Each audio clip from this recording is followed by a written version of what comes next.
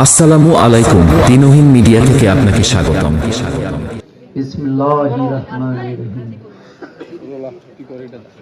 বালাগাল উলা B কামালিহি কাশাফাত দুজা B জামালিহি Hasnat জামিউ ফিসালিহি সাল্লু আলাইহি ওয়া আলিহি। ইন্নামা ইউরিদুল্লাহু লিযহিবা আনকুমুর রিসা আহলাল বাইতি ওয়া ইউতাহিরাকুম তাতহিরা। ইন্নাল্লাহা ওয়া মালাইকাতাহু ইউসাল্লুনা আলান নবী ইয়া আইয়ুহাল্লাযিনা আমানু সাল্লু আলাইহি ওয়া সাল্লিমু তাসলিমা।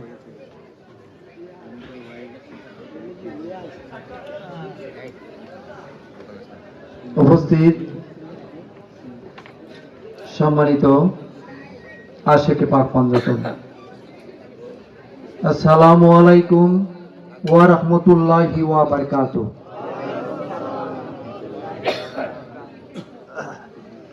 আজকে এই মহৎ এত সুন্দর একটি অনুষ্ঠান, আসলে এটা ভাগ্যের ব্যাপার। প্রতিটা বছরই আমার শারীরিক অসুস্থতার কারণে আমি আসাতে আমার খুব সমস্যা হয়ে যায়। জানি না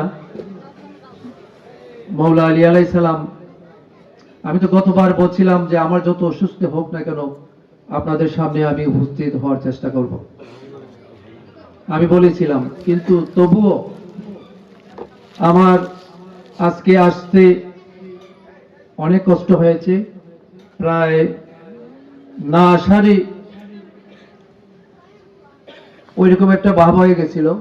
জানি না আল্লাহ পাক মৌলা আলী আলাইহিস সালামের ওসিলায় হয়তো আমাকে এখানে নিয়ে আসছেন আপনাদের সামনে, নাহলে আমার আজকে অবশ্যই আমি আসতে পারতাম না। আর জানি যে মৌলা আলী আলাইহিস সালামের প্রেম, ভালোবাসা, মহব্বত যদি আমাদের মধ্যে থাকে তাহলে ওই বিশ্বাসটাও আমাদের আছে। যতই সমস্যা হোক না কেন, যদি সত্যিকারে মৌলা আলীর ভালোবাসা থাকে, সত্যিকারে মৌলা আলী প্রেম থাকে, অবশ্যই কোনো না কোনো উপায়ে আসতে হবে, মাস্ট বি। আজকে 13ই রজব, মৌলা আলী আলাইহিস সালামের শুভ জন্ম তারিখ উপলক্ষে যে আপনারা আসছেন, অত্যন্ত সৌভাগ্যকারী আপনারা। কারণ আজকে এত বড় একটা তারিখ যে মৌলা আলী আলাইহিস সালাম, আল্লাহ রাসূলে বলেছেন, আনা মদিনাতুল ইলম ওয়া আলিউন বাবুহা, আমি হলাম জ্ঞানের শহর, আলী হলো তার দরজা।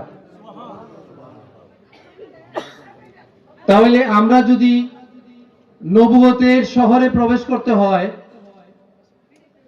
তাহলে আমরা বেলায়েতের দরজা দিয়ে যেতে হবে। আল্লাহ রাসূল কেন বলছেন আনা মদিনাতুল ইলম ওয়া আলিউন বাবুহা? বাবুহা শব্দের অর্থ হলো দরজা। এখন আমরা আল্লাহ রাসূলের কাছে সরাসরি যেতে পারতাম, কেন আল্লাহ রাসূল বললেন বাবুহা, অর্থাৎ মৌলা আলীকে দরজা বলেন, অর্থাৎ মৌলা আলীর দরজা দিয়েই নবুয়তে প্রবেশ করতে হবে। এটা কিন্তু আপনারা সবাই জেনে রাখবেন।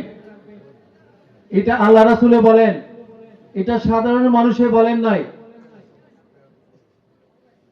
নবুয়তে প্রবেশ করতে গেলে বেলায়েতের দরজা দিয়েই যেতে হবে।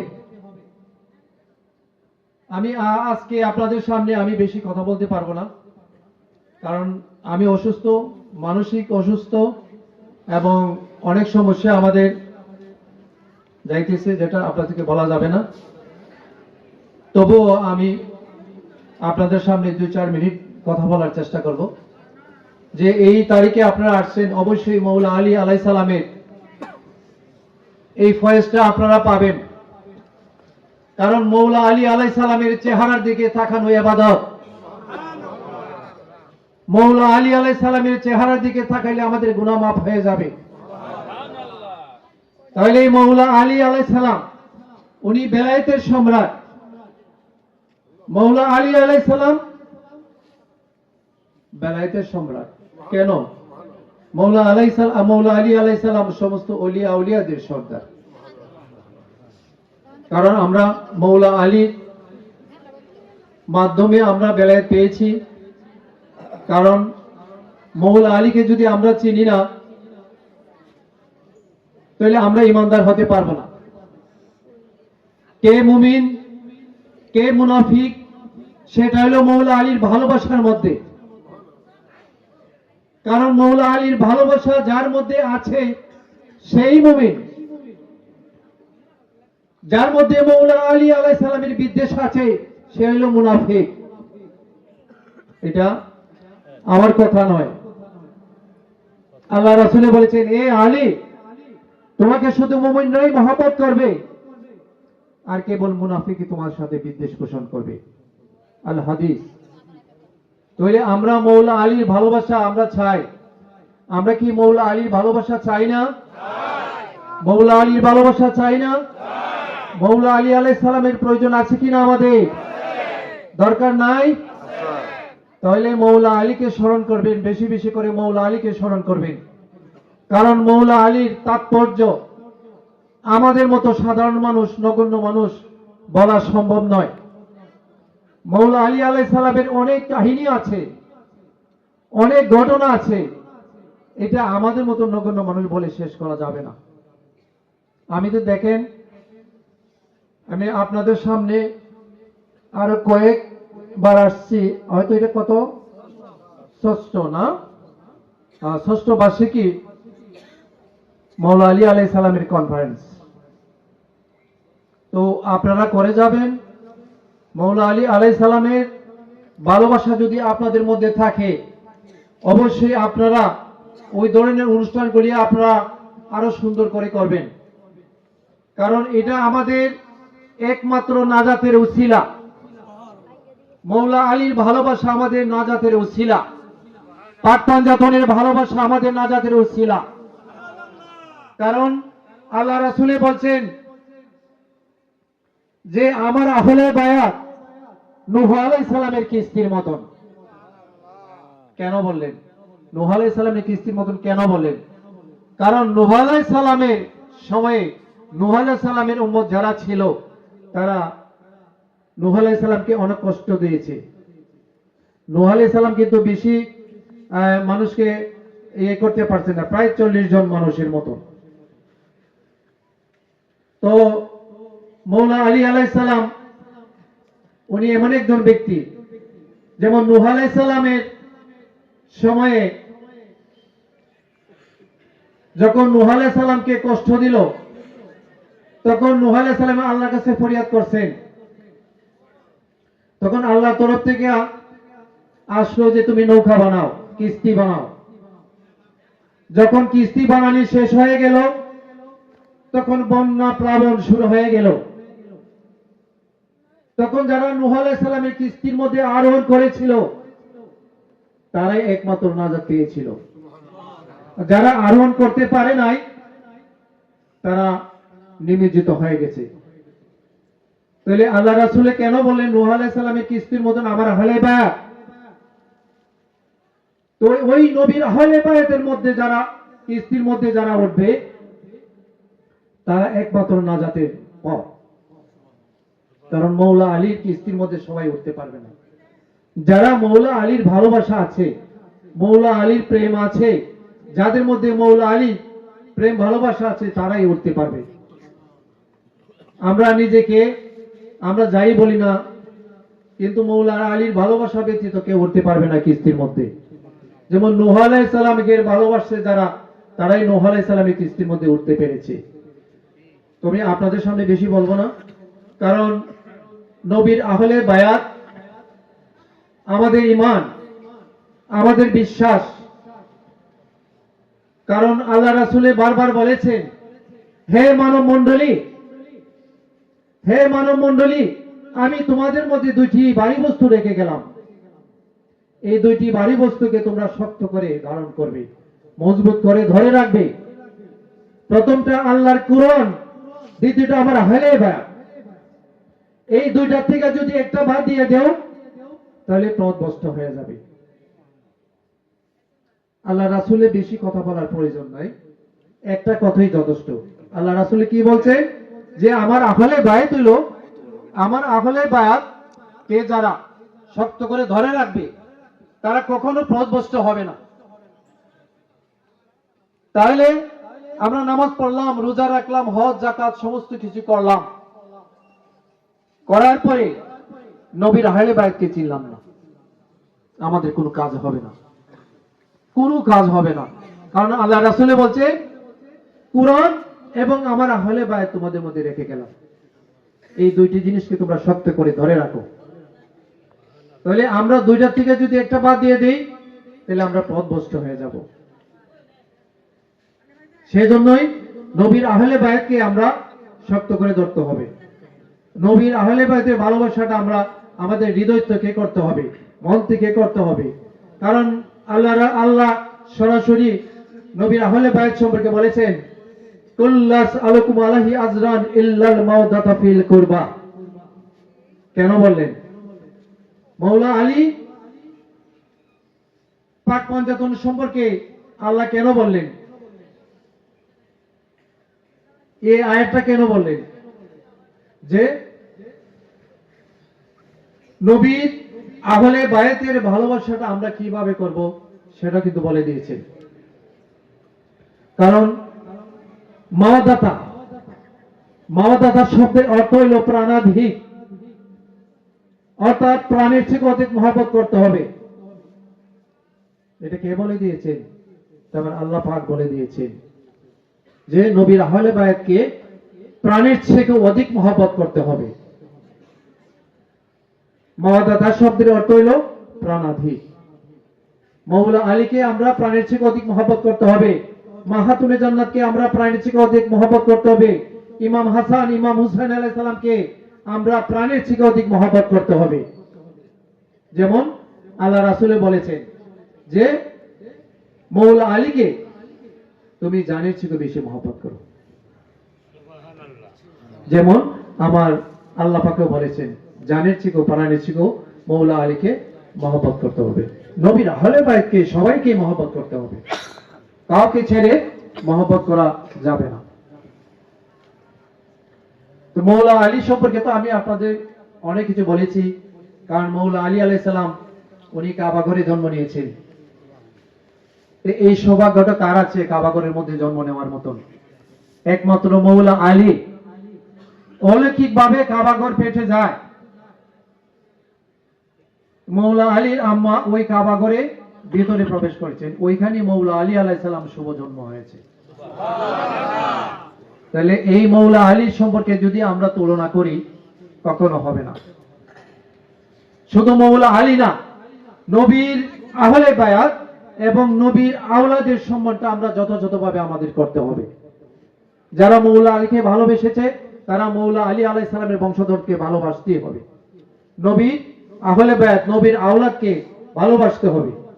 নবীর আওলাদের ভালোবাসা ব্যতীত আমরা ইমানদার হতে পারবো না। যেমন আপনারা ইমাম বাকেরের নাম শুনেছেন? ইমাম বাকেরের নাম শুনেন নাই? 12 ইমামের একজন, পঞ্চমতম ইমাম বাকের। ইমাম বাকেরের এমন একজন ব্যক্তি ছিলেন ইমাম বাকের, জাবের রাদিয়াল্লাহু আনহু নাম শুনেন নাই? নবীজির একজন বিখ্যাত সাহাবী।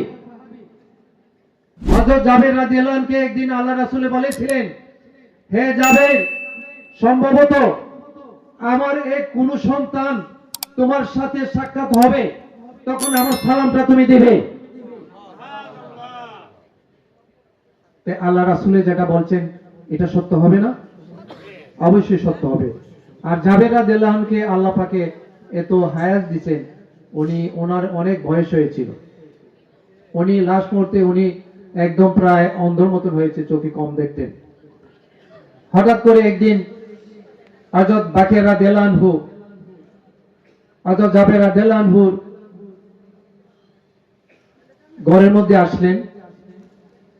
আসার পরে উনি তো চোখে একটু কম দেখেন, তখন উনি আসলেন, তখন জাবের রাদিয়াল্লাহু আনহু বললেন যে আপনি কে?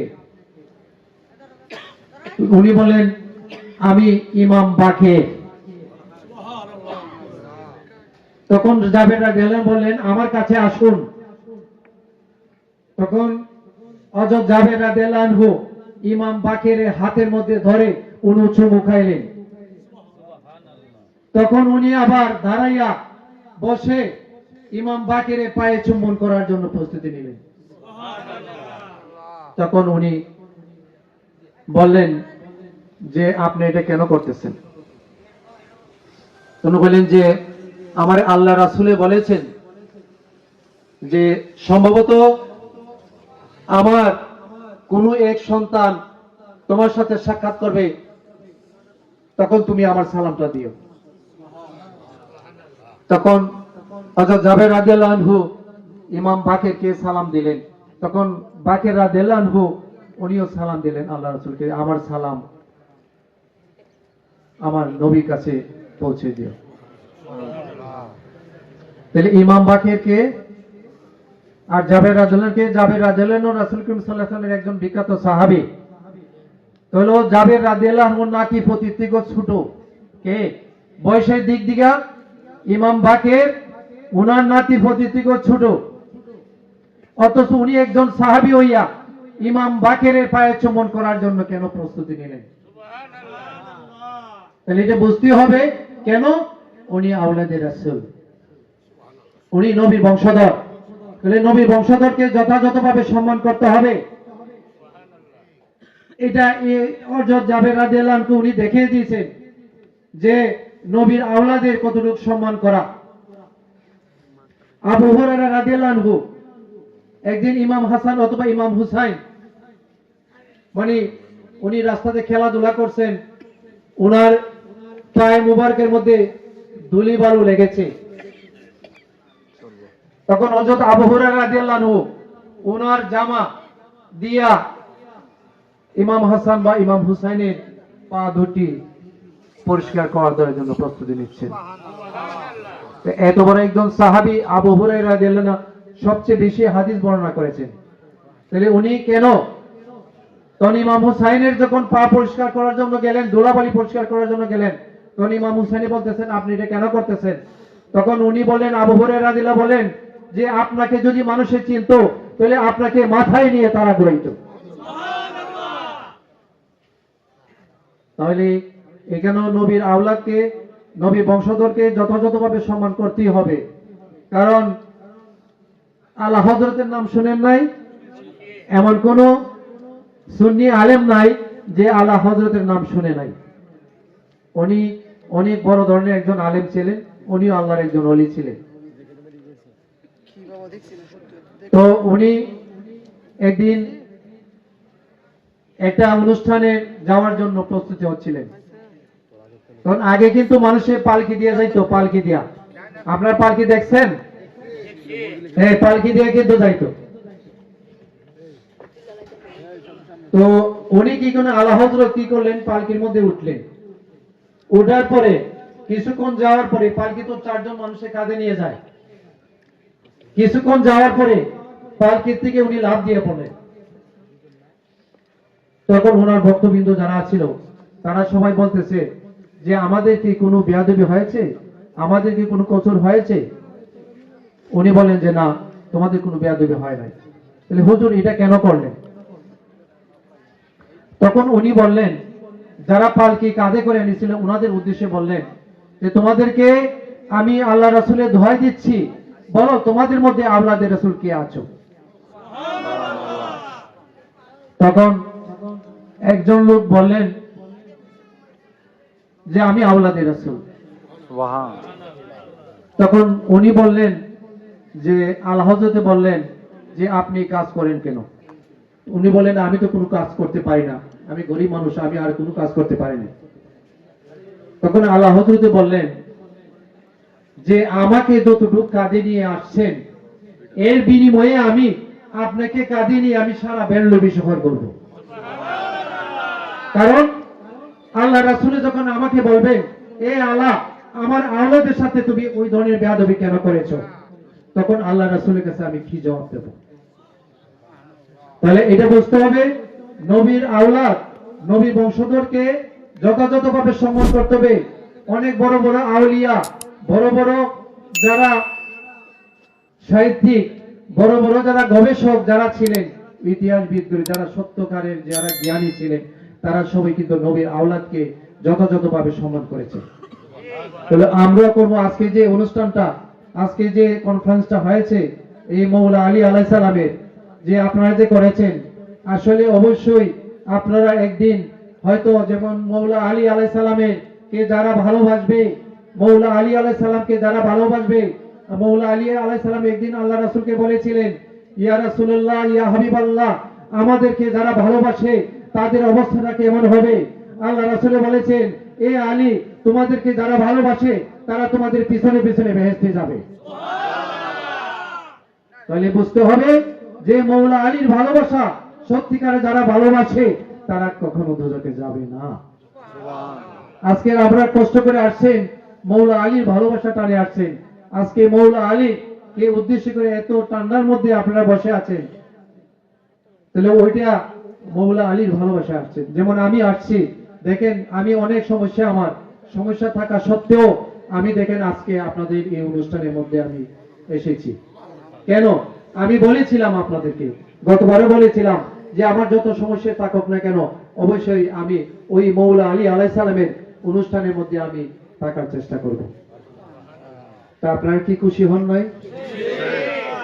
আমি আপনাদের মধ্যে উপস্থিত থাকতে পেরেছি এবং আপনাদের অনুরোধ আমি রক্ষা করতে পেরেছি। মৌলা আলী ভালোবাসায় এসেছি, আপনাদের ভালোবাসায় এসেছি, কারণ আপনারা মৌলা আলীকে যেভাবে ভালোবাসেন আমি তো না এসে পারি না। অবশ্যই, কারণ মৌলা আলীকে আরো সুন্দর করে অনুষ্ঠান করার চেষ্টা করবেন আপনারা। সব সময় এই অনুষ্ঠানগুলি আপনারা করবেন, যে যেভাবে পারেন আপনারা ওই মৌলা আলী আলাইহিস সালামের কনফারেন্স গুলি আপনারা করবেন। এইগুলি করা আপনারা সবসময় করবেন। দেখেন এই কনফারেন্স গুলি করতে যাইয়া, এটা সত্যি, এটা যে যেমন আমি এই কথাগুলি বলতেছি, এগুলি সোশ্যাল মিডিয়ার মধ্যে পৌঁছে যাবে। কারণ আমি ওইগুলি করতে যাই, আমাদের উপরে অনেক অনেক কিছু হয়েছে যেটা আপনাদেরকে বলা যাবে না। এই মৌলা আলী আলাইহিস সালাম এর অনুষ্ঠান করতে আমাদেরকে অনেক কিছু বলা হয়েছে, আমরা নাকি সিয়া হয়ে গেছি, অনেক ধরনের কিছু হয়েছে। তাহলে আমি জানি যে সত্য একদিন জয় হবে, অসত্য একদিন ধ্বংস হবে। সত্য জয় সারা জীবন থাকবে, সত্যের কষ্ট হবে, অসত্যের ক্ষণস্থায়ী ক্ষমতা থাকবে। কারণ মৌলা আলীর আহলে বায়তের বংশধররা তারা নিপীড়িত হয়েছেন, অনেক কষ্ট হয়েছে। কারবালার ইতিহাস আপনারা জানেন, সমস্ত কিছু জানেন। ইমাম হুসাইনকে উমাইয়া বংশরা কিভাবে তারা কষ্ট দিয়েছে। সিপিনের যুদ্ধ আপনারা জানেন, যে সিপিনের যুদ্ধের মধ্যে মৌলা আলীর সাথে প্রতারণা করা হয়েছে। এগুলি যদি আমরা বলতে যাই তো অনেকে বলে আমরা বলে সিয়া হয়ে গেছি। তারা ওইগুলি বুঝে না, কারণ মৌলা আলীর ভালোবাসা যে কতটুকু, মৌলা আলীকে যে ভালোবাসতে হবে, এটা তারা সত্যিকারে যদি বুঝতো। যেমন আল্লাহ রাসূলই বলছেন, কিভাবে বুঝবে? কারণ আল্লাহ রাসূলই তো বলেছেন যে বনি ইসরায়েলের যুগে ৭২টা দল ছিল, আমার উম্মতের মাঝে ৭৩টা দল হবে। ৭৩টা দলে নামাজ পড়তেছে, রোজা রাখতেছে, হজ করতেছে, যাকাত করতেছে, নবীর কলমা পড়তেছে, সমস্ত কিছু করতেছে। তারপরেও আল্লাহ রাসূল বলছেন যে ৭৩টা দলের মধ্যে ৭২টা দল জাহান্নামে যাবে, একটা দল জান্নাতে। তাহলে আমরা এত নামাজ, এত রোজা আমরা কোথায় গেল? তাহলে আমরা ঈমানের সহিত করতে হবে, মহব্বতের সহিত আল্লাহকে ডাকতে হবে, আল্লাহকে স্মরণ করতে হবে, সত্য প্রেম নিয়ে আল্লাহকে ডাকতে হবে, মহব্বত করতে হবে। আমরা যদি মনে করেন যে এই মৌলা আলী আলাইহিস সালামের যে অনুষ্ঠান আপনারা করেছেন, যে এই অনুষ্ঠানটা আপনাদের কখনো বৃথা যাবে না, কখনো বৃথা যাবে না। আমাদের কে আছে, যেমন ইমাম হুসাইন আলাইহিস সালাম, উনি কি জান্নাতের সর্দার? আমরা কি জান্নাত চাই না? যাওয়ার উদ্দেশ্য নাই আপনাদের? জান্নাত যদি চান, জান্নাতের সর্দারকে চিনবেন না? ইমাম হুসাইনকে চিনবেন না? ইমাম হুসাইন হইল সমস্ত যুবকদের জান্নাতের সর্দার, আর মা খাতুনের জান্নাত সমস্ত মহিলাদের, যুবকদের সর্দার। তাহলে মা খাতুনের জান্নাত চিনতে হবে। মা খাতুনের জান্নাতকে অবশ্যই চিনতে হবে। ইমাম হুসাইনকে, ইমাম হাসান আলাইহিস সালামকে অবশ্যই চিনতে হবে। কারণ বেহেশতে যদি যেতে চাই, আমরা চাই, তাহলে অবশ্যই ইমাম হাসান, ইমাম হুসাইন আলাইহিস সালামকে আমাদের চিনতে হবে। কারণ ওনাকে না চেনা পর্যন্ত তো আমরা কিভাবে আমরা বেহেশতে যাব, অথচ বেহেশতের সর্দারকে আমরা চিনি না। তাহলে আপনারা সুন্দর করে এইভাবে আর অনুষ্ঠানগুলি করবেন, কারণ এই অনুষ্ঠানগুলি করার দরকার। কারণ এইগুলি আপনারা বেশি বেশি করে যাবেন। দেখেন, আমি আপনাদের সামনে বেশি কথা বলতে পারবো না, কারণ আমি যে বারবার যদি আপনাদেরকে বলি আমি অসুস্থ অসুস্থ, আপনারা বলতে পারেন আপনারা কি সারা জীবনই অসুস্থ? না, আসলে সত্যি জানি না আমি কিভাবে বেঁচে আছি, এটা একমাত্র আল্লাহ পাক, আমার পাক পাঞ্জাতনি জানেন। কারণ আপনারা জানেন, অনেকে জানেন যে আমি ঢাকার নাগাতার চিকিৎসাগুলি করেছি। এমনকি আমি মাদ্রাজ, ইন্ডিয়া থেকে এসেছি, চেন্নাই, এই ফুল হাসপাতালেও আমি চিকিৎসা করে আসছি। তো এটা একমাত্র আমার আল্লাহ পাকে মৌলা আলী পাক পাঞ্জাতনের উসিলায় আমাদের বাঁচিয়ে রাখছেন এখন পর্যন্ত। কারণ আমি আমার খাবার দাবার করতে যাইও আমার অনেক সময় হয় যে এতগুলি ভাত খাইতে আমার প্রায় আধা ঘন্টার উপরে লাগে। যে ভাতগুলি 5 মিনিটে খাওয়া যায়, তারপরে এই ভাতগুলি আমার খাইতে যাইয়া আমার আধা ঘন্টার উপরে লাগে। তা আমি এখনো আপনাদের সামনে কথা বলতেছি, জানি না মৌলা আলী হয়তো আমার উপরে দয়া আছে, পাক পাঞ্জাতনের দয়া আছে। আমি জানি যে দিনইনের একটা গানের মধ্যে বলা হয়েছে, তোমারই চরণের আশা করে ত্রিভুবন, রহিম সুরতি মৌলা দিও দর্শন। তাহলে আমরা মৌলা আলীর চরণের আশা আমরা চাই। তাহলে আমরা সত্যিকারে মৌলা আলীকে যদি আমরা বাসি, ভালোবাসি, তাহলে অবশ্যই মৌলা আলী আলাইহিস সালাম আমাদেরকেও ভালোবাসবে। তো আমার জন্য দোয়া করবেন সত্যি করে। আমি আসলে অসুস্থ, বারবার বলাটা ঠিক নয়। আমার জন্য দোয়া করবেন, আমিও আপনাদের জন্য দোয়া করব।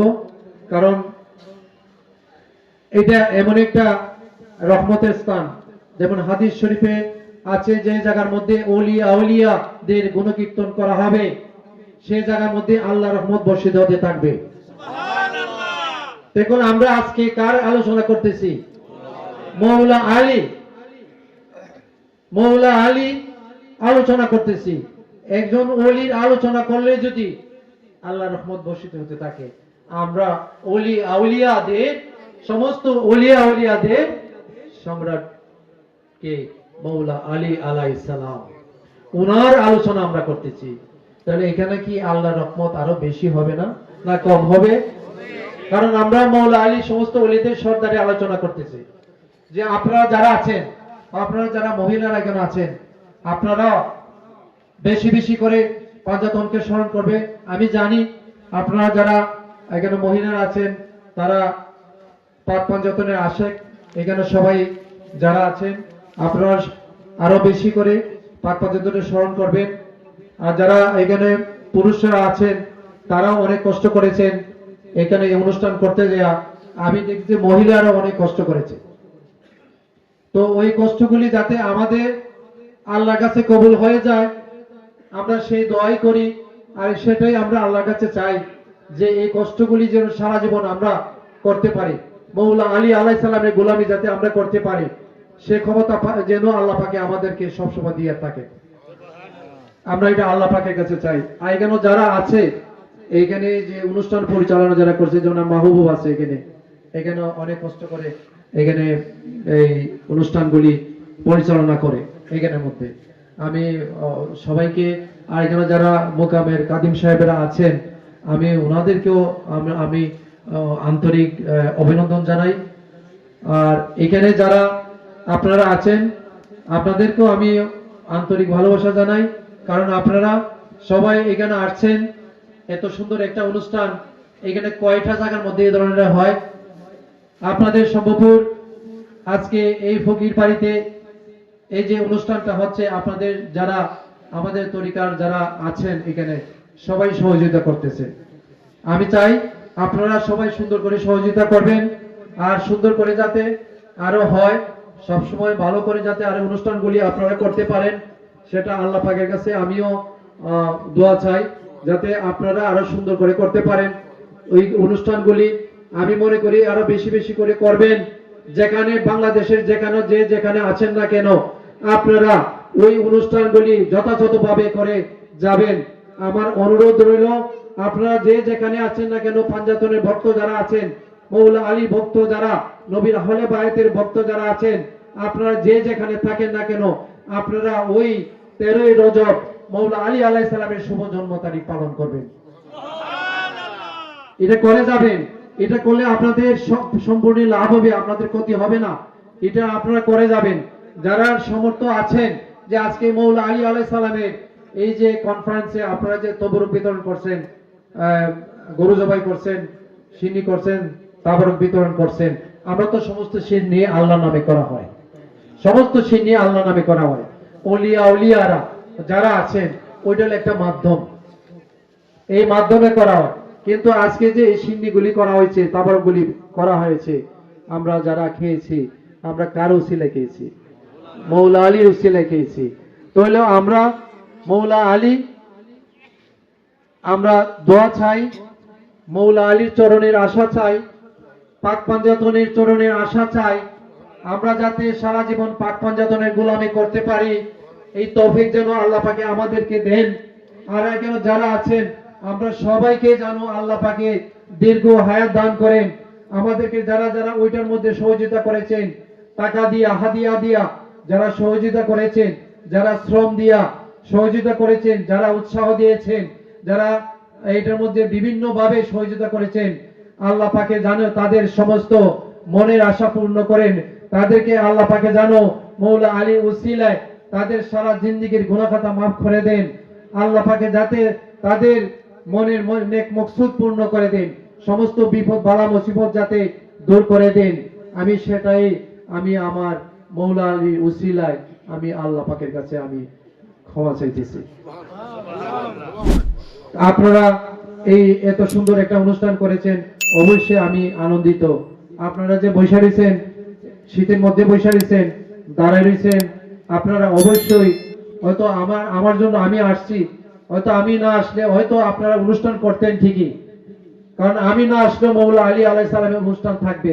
পৃথিবী যতদিন থাকবে মৌলা আলী আলাইহিস সালামের অনুষ্ঠান অবশ্যই থাকবে। হয়তো আমি আসাতে আপনার কাছে হয়তো আপনাদের মনের মধ্যে আরো একটু আনন্দ বেড়েছে, সেই জন্য আমারও একটু আনন্দ হয়েছে। আমিও যে আপনাদের সামনে দুই চার কথা বলতে পেরেছি, কারণ আমি হয়তো মনে করেন যে আল্লাহ পাকে আমাকে হয়তো দুনিয়াতে রেখেছেন, জীবিত রেখেছেন, যে অসুস্থ হয়েছিল তো মারাও যেতে পারতাম। হয়তো মৌলা আলী আলাইহিস সালামের উসিলায়, পাক পাঞ্জার উসিলায় আমাদেরকে আল্লাহ পাকে আমাদেরকে হায়াত দিয়েছেন, সেই জন্য আপনাদের সামনে আমি দুই একটি কথা বলতে পেরেছি।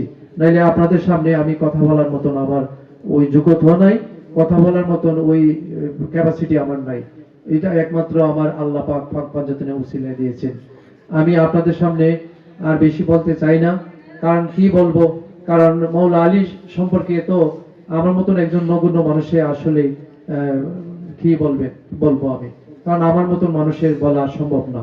কারণ মৌলা আলী আলাইহিস সালামের গুণকীর্তন পৃথিবীর সমস্ত নদী নালা সাগর সমুদ্র যদি কালি হয়ে যায়, পৃথিবীর সমস্ত গাছপালা যদি কলম হয়ে যায়, গাছপালার জীবন শেষ হয়ে যাবে, সমস্ত নদী নালার পানি শুকিয়ে যাবে, তবু মৌলা আলী আলাইহিস সালামের জীবনী লেখে বা বলে শেষ করা যাবে না। তাহলে আমরা চাই যে আপনারা মৌলা আলী আলাইহিস সালামের গুণকীর্তন করবেন। আমরা যতটুকু যে যেভাবে পারি আমরা মৌলা আলী আলাইহিস সালামের আলোচনা করতাম, কারণ মৌলা আলীর আলোচনা আমরা বেশি বেশি করে করবেন না? এটা আপনারা চান না এই ধরনের একটা অনুষ্ঠান হোক? আপনাদের এইগুলি করে যাবেন। আপনারা দেখেন খালি মানুষ বেশি হইলে হয় না, যারা সত্যিকার আশেক, যারা সত্যিকারের প্রেমিক, তারা কিন্তু এখানে এসেছে। কারণ প্রেমিকরা কখনো ধরে রাখা যায় না। যারা প্রেমিকদের কখনো ধরে রাখা যায় না। আর আপনারা সত্যিকারের প্রেমিক হিসাবে আপনারা এখানে আসছেন, এইখানে এই অনুষ্ঠানের মধ্যে আসছেন, তাহলে আপনারা এখানে এসেছেন, অবশ্যই ওই সওয়াবগুলি আপনারা পেয়েছেন, ওইগুলি আপনারা করে যাবেন। আর আমার জন্য দোয়া করবেন, কারণ আমিও যাতে অনুষ্ঠানগুলির মধ্যে আসতে পারি, কারণ আপনাদের কাছে আসাতে আমিও আনন্দিত যে আপনাদের সামনে যে আমি 2-4 মিনিট আলোচনা করতে পেরেছি। কারণ আলোচনা করার মতন ক্ষমতা আমার নাই আপনাদের সামনে। যাই হোক, এখানে আপনারা এখানে দেখেন, এখানে পাক পাঞ্জাতনের মুকাম এখানে আছে। আপনারা অনেক ভাগ্যবান যে এখানে আপনারা মহরমের সময় যে আপনারা অনুষ্ঠানগুলি করেন, অনেক সুন্দর করে করেন এই অনুষ্ঠানগুলি। আপনারা করে যাবেন, বিপদ বালা মুসিবত আসবে, ভালো মানুষের জন্য বিপদ, ইমানদারের জন্য বিপদ, মুমিনদের জন্য বিপদ, বালা মুসিবত, কিন্তু এটা ক্ষণস্থায়ী, চিরস্থায়ী না। আর মুনাফিকদের বিপদ মুনাফিকদের যদিও ক্ষণস্থায়ী বাদশাহী করে, ঠিক আছে, কিন্তু তার উপরে যখন বিপদ আসবে তখন এই বিপদ আর কেউ আটকাতে পারবে না। এই কারণে নবীকে যারা ভালোবাসে, নবীকে যারা কষ্ট দিবে, নবীর প্রতি যারা বেয়াদবি করবে, তারা কখনো আল্লাহ পাকে কখনো ক্ষমা করবেন না, কখনো না। আর নবীকে ভালোবাসতে গেলে নবীর আহলে বাইতকে ভালোবাসতে হবে, কারণ নবীর আহলে বাইত এর ভালোবাসা ছাড়া আমরা ঈমানদার মুমিন হতে পারবো না। তাহলে সম্মানিত আশিকে পাক পাঞ্জাতন, আমি কি শেষ করে দিব? হয়তো মনে করেন যে তো আধা ঘন্টার উপরে হয়ে গেছে, মনে বলি না বলি করে তো হয়ে গেছে, কয়টা বাজে জানি, 12টা হয়ে গেছে না? তো আপনারা ভালো থাকবেন। আপনারা, আমি কি বলবো আর, এই সম্পর্কে তো আমি অনেক কিছু বলেছি, অনেক গুরুত্বপূর্ণ কথা বলেছি আপনাদের সামনে, অনেক দলিল দিয়ে কথা বলেছি, অনেক হাদিস দিয়ে কথা বলেছি। আপনারা এগুলি জানেন সবাই। মৌলা আলী আলাইহিস সালামের সম্পর্কে এর চেয়ে বেশি বলা আমার পক্ষে সম্ভব নয়। ইনশাআল্লাহ যদি আগামীতে আল্লাহ পাকে বাঁচিয়ে রাখেন, আল্লাহ পাকে যদি সুস্থ রাখেন, তাহলে ইনশাআল্লাহ অবশ্যই আপনাদের সামনে আবার আসার চেষ্টা করব। ইনশাআল্লাহ আপনারা যে যেখানে আছেন, বাহিরে যারা আছেন, সোশ্যাল মিডিয়ায় তো অবশ্যই আপনারা দেখতেছেন, যারা হয়তো বাহিরে যারা আছেন আর যারা বাংলাদেশে যে কোনো যে জেলাতে থাকেন না কেন, আপনারা অবশ্যই যদি লাইভ হয়ে থাকে অবশ্যই আপনারা দেখতেছেন। তো আপনারা আমার জন্য দোয়া করবেন যাতে আমি আরো সুন্দর করে আপনাদের সামনে পরিবেশন করতে পারি। এই দোয়াটা আমার জন্য করবেন। আর আমি আপনাদের সামনে এখনই আমি আমার বক্তব্য শেষ করে ফেলবো। আসসালামু আলাইকুম ওয়া রাহমাতুল্লাহি ওয়া বারাকাতুহু।